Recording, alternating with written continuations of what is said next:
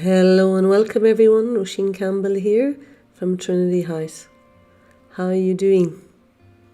How are you burying up in this world of change, extremities, storms and cosmic energies?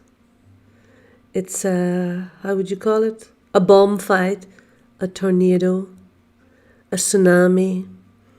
Every day is something different. We get rid of one issue and another one comes and says, hello, it's me. An ever-changing me, an ever-changing world. Very difficult to get a hold of it. Very difficult to understand it. The understanding is really going. We have to let go of the sense of trying to understand, first of all, ourselves and our lives, because everything is so vibrational now. Nothing is, how would I say, as in the structure it used to be. You look at the social life now, and you look at the mainstream life every day. There's something happening, something changing, new revealments all the time. It is just anything goes. Basically, anything goes. So there's a sense of we are really losing ourselves, but this does not have to be negative. As the world we know is a constant change, constant evolvement. It's our choice where we tap into it as a positive or a negative. It's our choice where we decide if we want the news to tell us about how life is, or we view life from our own point. So it's really taking charge of what we want to hear, feel, see and experience. What really is real for you. So for example, with these energies and how they're affecting us personally, you may feel that you feel unbalanced and you feel very ungrounded. You feel that you are losing a complete part of who you used to be. You are realizing that you have matured and you may be in a short fuse. You may be a little bit more snappy, a little bit more agitated, and then you may find that you find great experiences of peace, love, joy and freedom all at the same time, with the anger, frustration, annoyance, even hate. So it's real extremities from one level, like a seesaw. One side up, one side down, and this is a constant. We really can't hold on to anything for long, good or bad. It's all flowing through our hands. It's all moving through as the air. So that's what some of you may be experiencing, but I think all of us are experiencing that. We are going through unbelievable shifts at the highest and deepest level of our core. I mean, so deep in our mind's core, where we have never even touched or could imagine who we are meant to be. It's almost like, the deepest chrysalis that you have been encapsulated in for maybe 30, 40 years, maybe more. And your roots are breaking free completely. You're arriving as a new person, and you're even thinking, who is this? What is this? And you have to be comfortable with this part of yourself. You have to welcome it, and you have to give it time, because you'll not feel in balance. And then we'll come into balance and we'll have the understanding of what is going on. But we can't understand it at the moment. February is going to shake us up even more. We'll be feeling jittery. We'll be feeling 1 minute this way, next minute the other way. We will not have any concept of understanding. We will feel that we're moving in between the worlds, and we will lose our memory a lot. Short-time memory will be very difficult. We will want to be on our own, and we'll welcome that loneliness, but not loneliness as aloneness, but loneliness as fantastic. And we'll not want to be working. We'll not want to be pushing ourselves. There's a real ending here. And, the Spirit is saying, if it doesn't bring you peace and it's not meaningful, say no. Don't eat if it's not peaceful. and not meaningful to you. Don't say something if it's not peaceful and not meaningful to you. Change the way you work. Change the way you live. And that's what's happening. I don't even think we can change it. I think it is being changed for us, and we must accept it. There is a volcano happening here within us. There is a tsunami going through the whole of humanity, So when we think about February, we also have to look at what is happening as the Chinese New Year. It is the year of the dragon, these powerful dragons, and it's the dragon with the element of wood. So it's all about planting the seeds. It's all about the earth. It's all about the harvest, and very, very good for the farming community or anybody that is into their gardens and things like that. It'll be just amazing. But also the garden of your heart, the garden of your life. It's about planting new seeds in new ways as you come out and through these really, really major shifts and changes that are happening very deep in your mind, and your mind's eye will see from a different perspective. So the dragon really brings, prosperity. It brings vitality. It brings you into the more a visionary. It's wise and it's adventurous. It's confident and generous and really ambitious.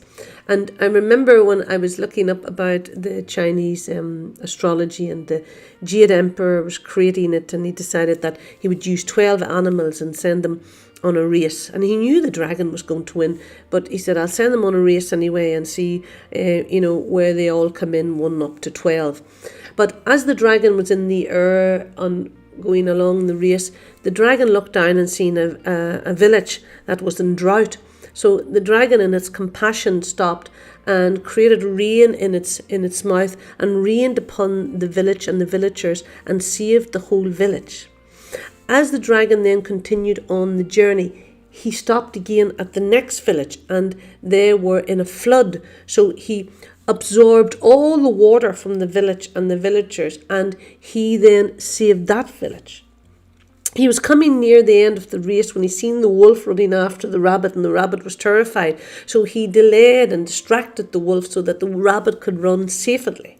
By doing all that, the dragon came in 5th. This is why the dragon is the 5th house. But the really moral of the story is it was the compassion that the dragon had and stopped to help others. And that's what the dragon is there for us. It is stopping to help us find ourselves, be ourselves, and really, really love ourselves, and plant these new seeds of care, attention, and new consciousness. So we welcome this beautiful dragon. And if you think of a dragon, the dragon is powerful. The dragon isn't walking along the earth having idle conversation. The dragon is dynamic. The dragon is up at the heights. It doesn't ask anybody. It knows what it's doing. It knows it can help people. It knows it can share its wisdom. It's confident, maybe almost a little bit cold for a dragon, but it has a job to do, and that's what's coming through us at this present time. So there's a whole new self coming here, a liberation, what we didn't even know that we needed. Whatever we have suppressed, we are surpassing it.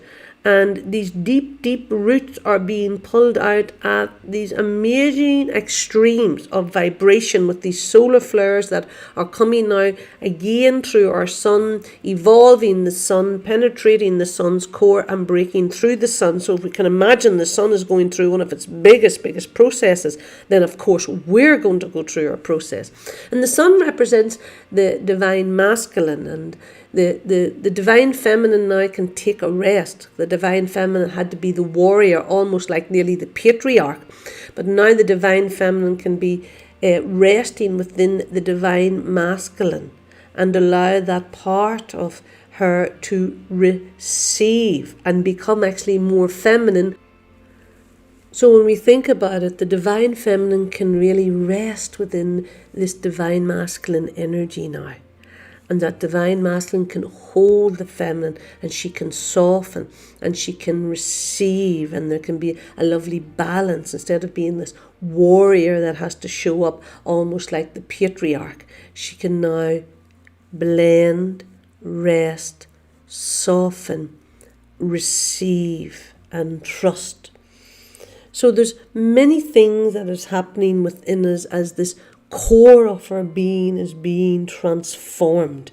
And, these concealed deep roots within our mind, I would say, are being completely ripped out, mentally, emotionally, all that we have been holding as, I think, from a childhood and maybe lifetimes.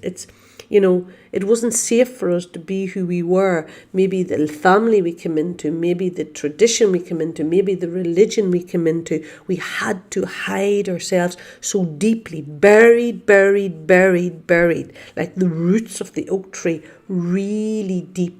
And now we are rising and breaking through the earth. So that evolvement of energies, we're really starting to say, I am here, I'm done.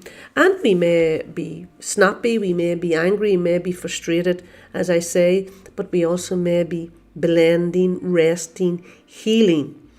And it's really, the mystics are gathering together. They talk about Chiron, the wounded healer, but it's also the psychic healer as well. And a lot of addictions and addictive behaviours are going now. They're leaving us. We're really breaking through an old family karma of addictions. And this is how much we're pulling these roots out with the ancestors that were really, really buried. So there's a major turning point for us all here. And don't try to hold on to it. Don't try to ground it. Don't try to understand it. Just know that it's happening. And be easy with yourself. Be with those people that understand. Join a meditation group. Join a yoga group. Do something that can bring you into your body until you learn the balance of it. So February is a really, really big month, as you can see, and a lot of things are upon us. So, my friends, thank you for listening and enjoy your February. It's also a leap year, by the way, which is also very, very powerful. Only once every 4 years. So there's a quantum leap happening.